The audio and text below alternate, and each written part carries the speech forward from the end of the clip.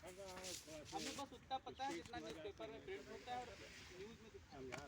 इसके अलावा हम कभी भी जानने की कोशिश नहीं करते। लेकिन अगर आप कुछ ना करिए, लोक निर्माण विभाग के अंदर एक छोटी सी जो है पुस्तकालय होता है, छोटा सा, वहाँ पे किताबें मिलती हैं।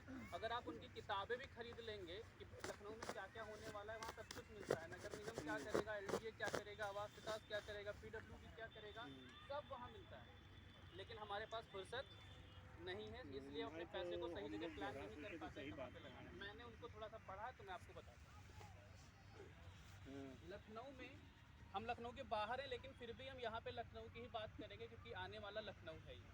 ठीक है, चलो ठीक है, नेक्स्ट टाइम 2031 का मास्टर प्लान गूगल पे इजीली अवेलेबल है, सर्च मार के डाउनलोड कर लो हिंदी में, उसको पढ़ लो।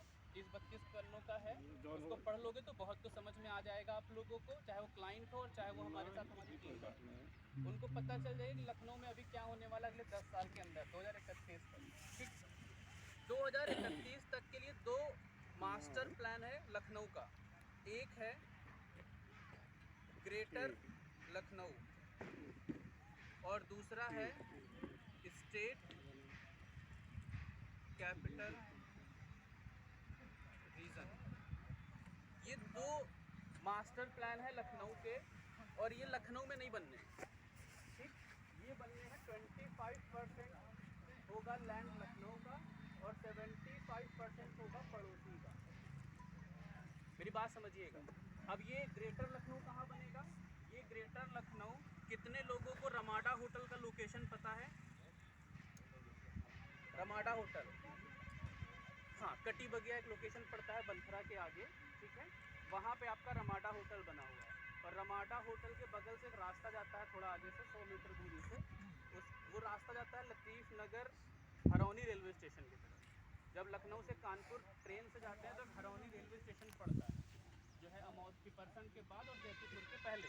ठीक, हरौनी रेलवे स्टेशन लतीफ़ नगर के बीच में आपकी करीब करीब अडानी ग्रुप जो है 200 से 250 बीघे की परचेजिंग किया हुआ है। ठीक, और वो सारी की सारी परचेजिंग एक प्रोजेक्ट को लेके है, वो है ग्रेटर लखनऊ। ये ग्रेटर लखनऊ हरौनी और जैतीपुर एक ऐसी जगह है कि हरौनी लखनऊ आता है, बट जैतीपुर की तरफ बढ़ते उन्नाव शुरू हो जाता है, सई नदी पार करते ही बीच में सई नदी। तो आपका ये प्रोजेक्ट लखनऊ से उठेगा, हरौनी से, लतीफ़ नगर से, और बढ़ता जाएगा, थोड़ा सा बढ़ेगा आपका जो है उन्नाव की तरफ। 25% लैंड बैंक आपका लखनऊ का होगा, 75% लैंड बैंक आपका उन्नाव का होगा। ये बात क्यों बता रहा हूँ? ये बात हमारे इस ज़मीन से जुड़ी हुई है। आप सोच रहे होंगे ना इतना दूर का ज्ञान इधर का जरूरत क्या है जुड़ा हुआ, बताता हूँ। ये पहला हो गया प्रोजेक्ट। दूसरा जो प्रोजेक्ट है SCR, ये आपका उन्नाव की तरफ बढ़ेगा, और ये आपका आएगा जहां हम हैं। कहाँ हम हैं? बाराबंकी। बाराबंकी में सफ़ेदाबाग से जो है ये प्रोजेक्ट शुरू होएगा और जाएगा आपका सफदरगंज, और हो सकता है टोल तक एक्सटेंड करें उसको। ये क्या बनेगा? ये आपका बनेगा स्टेट कैपिटल रीजन। इसको आप पढ़ लीजिए, गूगल कर लीजिए, आपको सब मिल जाएगा। ठीक है, सबसे ज़्यादा बाबा एक ही है जिनके पास ज्ञान है, वो है गूगल बाबा। उसको ठीक से पढ़िए आप। ठीक, थोड़ा स्टडी पे फोकस करिए रियल इस्टेट पे। जैसे कि दिल्ली में NCR बना है, वैसे यूपी में SCR बनेगा।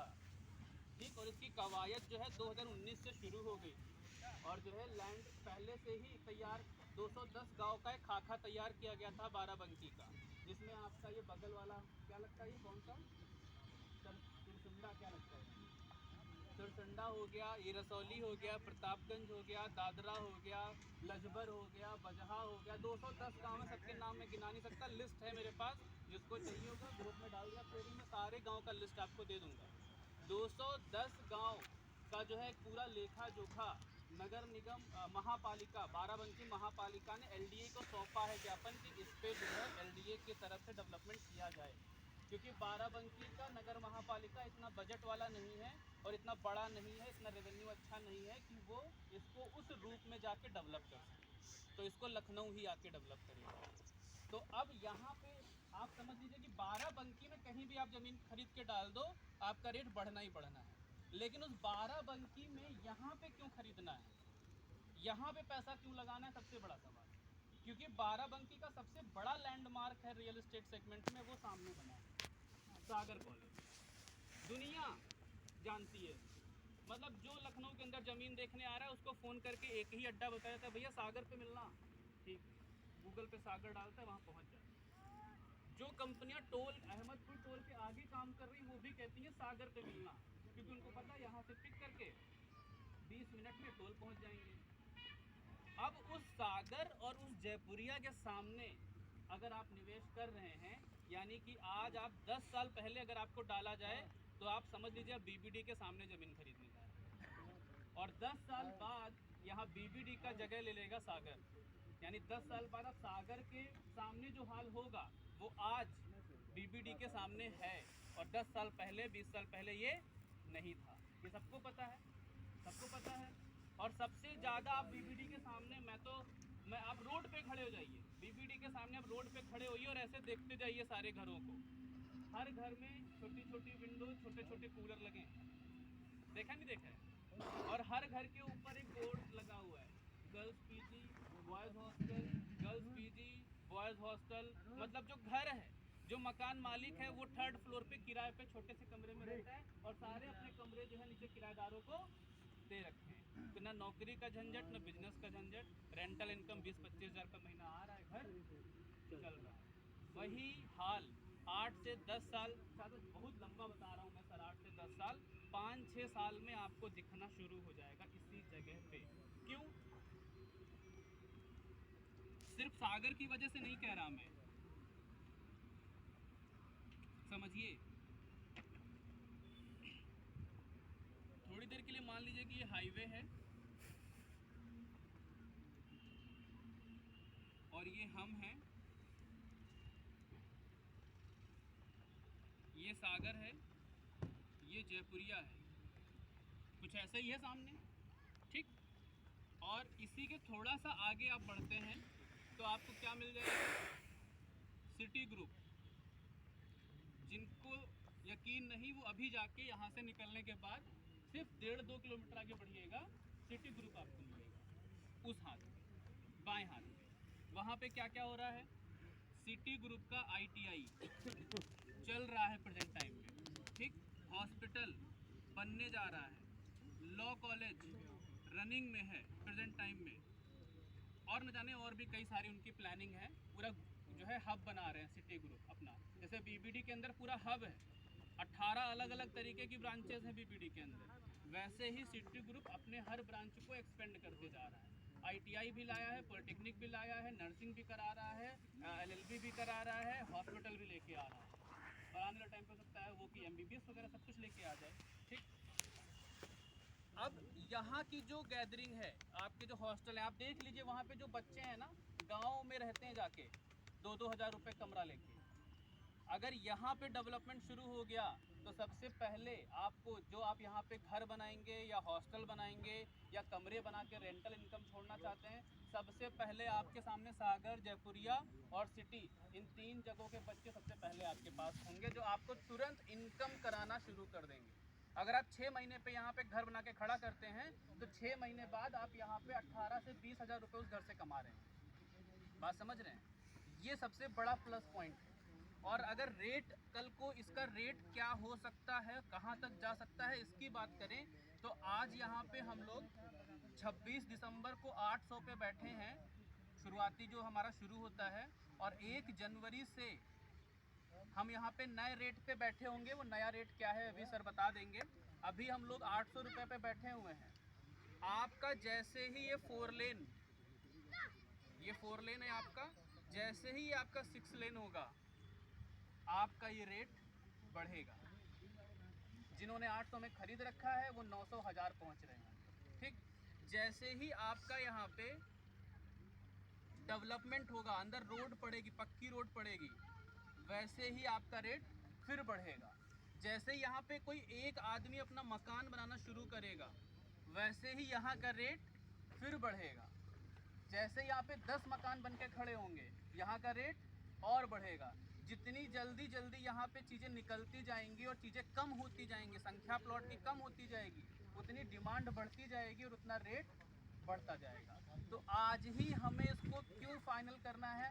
आप लीगल चेक करिए, आप रजिस्ट्री चेक करिए, आप सारे पेपर चेक करिए, आप जो है तुरंत पोजीशन लीजिए। इसीलिए जो है 20,000 ईटा सर के कहने पे यहाँ पे डलवा दिया गया है, और 2-2 हज़ार करके 10 जगह पे ईंटा पड़ा हुआ है। आपको जहाँ प्लॉट समझ में आ रहा है, तुरंत मिस्त्री है, 2 मिस्त्री हैं, 7 लेबर है, आप तुरंत फाइनल करिए कि आपका बाउंड्री का काम शुरू हो जाए। तुरंत आप अपना बाउंड्री कराइए, 2-3-4 दिन इंतजार करिए, कहीं कोई मसला तो नहीं है, होता नहीं है, फावड़ा लगा के चेक करते हैं, तो आप फावड़ा लगा के, ट्रैक्टर लगा के चेक कर लीजिए, बाउंड्री करा के चेक कर लीजिए, 2-3-4-5-6 दिन का टाइम लीजिए और रजिस्ट्री कराइए। ठीक, इससे बड़ी ट्रांसपेरेंसी और इससे ज़्यादा साफ आबिद भाई कुछ भी नहीं हो सकता है किसी भी कंपनी के लिए। और हम खड़े होके वहाँ पे ये बात कह रहे हैं जहाँ पे 10-20 कंपनी, वो देखिए कितनी गाड़ियाँ खड़ी हुई हैं, दिख रहा है आपको, उधर देखिए कितनी गाड़ियाँ खड़ी हुई हैं, किसी के पास पोजीशन नहीं, पोजीशन छोड़िए, ठीक से कंपनियों के पास रजिस्ट्री भी नहीं है। प्रेजेंट टाइम पे कंपनी के पास 7 बीघे रजिस्ट्री है आपके पास यहाँ पे, तो यानी 7 बीघे का मतलब हो गया कि प्लस 10 बीघे और हमने ऐड किया है अभी, तो 7 बीघे का ही अगर हम मान ले तो करीब करीब कितने प्लॉट निकल गए इसमें? करीब 50 प्लॉट आ जाएंगे, करीब जो है 60-70 प्लॉट मौके पे हमारे पास खुला हुआ है। आप तुरंत बाउंड्री कराइए, अपना कब्जा लीजिए। बैंक लोन कराना है तो उसके लिए बात कर लीजिए, उसका भी प्रोसेस है हमारे पास, क्योंकि बैंक तब तक लोन नहीं करेगा जब तक बाउंड्री नहीं हो सकता। बाउंड्री दिखने के बाद, वो फोटो क्लिक होने के बाद जब बैंक में जाता है, सर्वेयर आता है, उसके बाद ही लोन होता है। तो इसलिए बाउंड्री का ऑप्शन पहले ही आपके लिए खुला हुआ है, ऑलरेडी खुला हुआ है, तो आप लोन भी उठा सकते हैं। ठीक, अब इस लोकेशन पे जो दुनिया का मतलब फैजाबाद रोड का जो लैंडमार्क है, उस लैंडमार्क के सामने अगर बैठ के हम प्लॉट बेच रहे हैं और आप खरीद रहे हैं, तो इससे बड़ी बात इस रोड के लिए कुछ भी नहीं।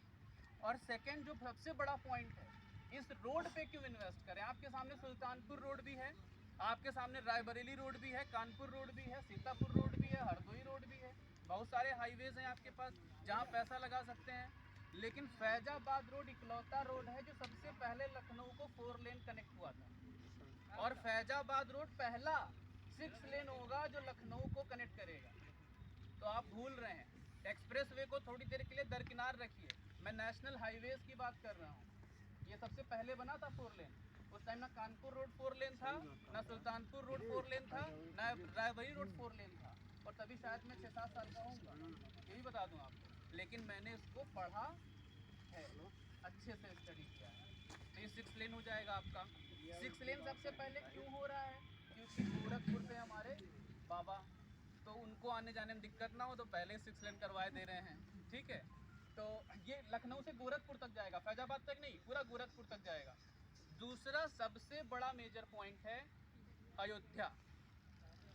अयोध्या की वजह से अब वहाँ पे क्या चल रहा है क्या नहीं चल रहा है मुझे नहीं पता, ठीक, लेकिन इतना पता है कि वहाँ पे जो है 14 कोसी परिक्रमा की जो है पूरा मैपिंग हो गया है, उसमें क्या क्या होना है, कहाँ कहाँ होटल बनने हैं, कहाँ कहाँ क्या बनना है, न्यू अयोध्या पूरा जो है तैयार हो रहा है। जो लोग अभी तक नजूल में बसे हुए थे उनको नोटिस जारी कर दी गई है शिफ्टिंग के लिए, उनको नई जगह पे जीएस पे जो है उनको शिफ्ट किया जा रहा है। क्या अयोध्या का ये डेवलपमेंट बाराबंकी और लखनऊ पे असर डालेगा, आपको लगता है? बिल्कुल डालेगा। हाँ, डालेगा सर, बिल्कुल डालेगा, डेफिनेटली डालेगा। और इसका असर डालने का कारण बस इतना सा है क्योंकि टूरिज्म सेक्टर मंदिर चालू होते ही या वहाँ पे कुछ भी एक्टिविटी होते ही आपका बढ़ जाएगा, और इस टूरिज्म की वजह से लखनऊ और लखनऊ और अयोध्या के बीच में पड़ने वाला ये कस्बा, जिसे हम बाराबंकी कहते हैं, इसको जो है फ्री की मलाई मिलने वाली है। बाराबंकी को फ्री की मलाई मिलेगी, उधर से लखनऊ की तो मिल ही रही थी, अब उधर से अयोध्या की भी मिलेगी। और ये बहुत, मेरी बात समझे, जिसकी खबर हो सकता है कि आपका कनाडा में कोई ऐसा शहर, कोई ऐसा आदमी हो जो लखनऊ ना जानता हो, लेकिन वो अयोध्या जानता हो, ये बात तय है, क्योंकि ये मामला बहुत बड़ा है। ये इतना बड़ा मामला था कि जो है हाईलाइट है, वर्ल्ड वाइड हाईलाइट है, और उसको, अयोध्या को यूपी के स्तर पे या राजधानी के स्तर पे, लखनऊ के स्तर पे या देश के स्तर पे हाईलाइट नहीं किया गया है, उसको इंटरनेशनल लेवल पे हाईलाइट किया गया है। तो अब उसको देखने की जो लालसा है वो लखनऊ और फैजाबाद गोरखपुर के लोगों को तो है, लेकिन वो जो हमारा एनआरआई बैठा हुआ है अमेरिका में, कनाडा में, ऑस्ट्रेलिया में, केप टाउन में, उसको भी बड़ी लालसा एक बार आके देखा जाए कि यहाँ पे क्या है। तो जब ये स्थिति आएगी तो उस अपने पैसे को भी यहीं लगाएंगे। तो टूरिज्म सेक्टर जब बढ़ेगा तो सबसे ज़्यादा चलने वाला रोड कौन सा होगा? ये जो रोड आपके सामने दिख रहा है, इसीलिए इसको 6 लेन किया जा रहा है।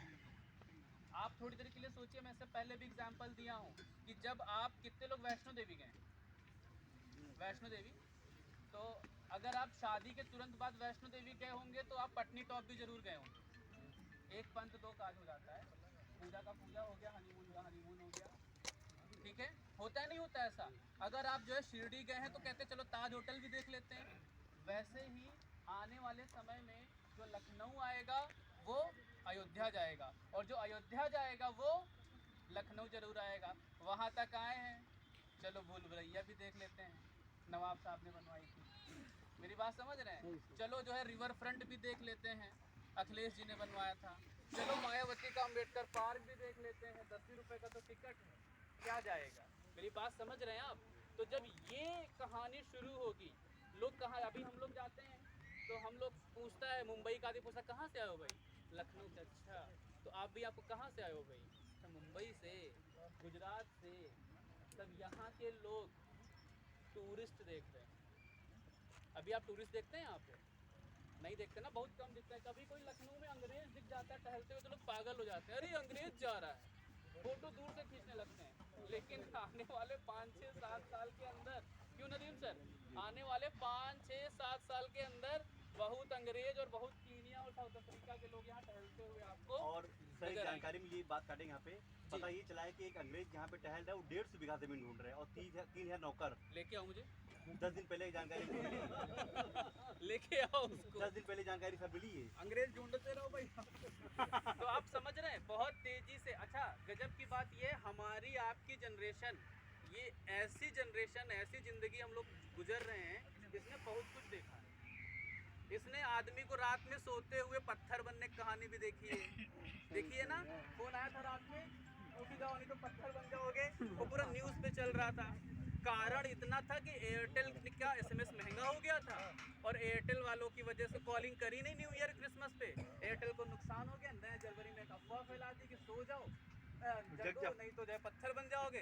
तो सबने जो है खूब डेटा इस्तेमाल किया, खूब व्हाट्सअप किया, खूब मैसेज किए, खूब कॉल करी, और उनकी सारी रिकवरी हो गई 2 दिन के अंदर, 1 रात के अंदर सारी रिकवरी हो गई। हमने ये भी देखा है, हमने कोरोना भी देखा है, हमने ओमिक्रॉन भी देखना है, हमने 2020 में दुनिया को खत्म होते हुए भी देखना था, लेकिन 2015 में भूकंप भी देखा है, परमाणु बम का परीक्षण भी सुना है। मेरी बात समझ रहे हैं?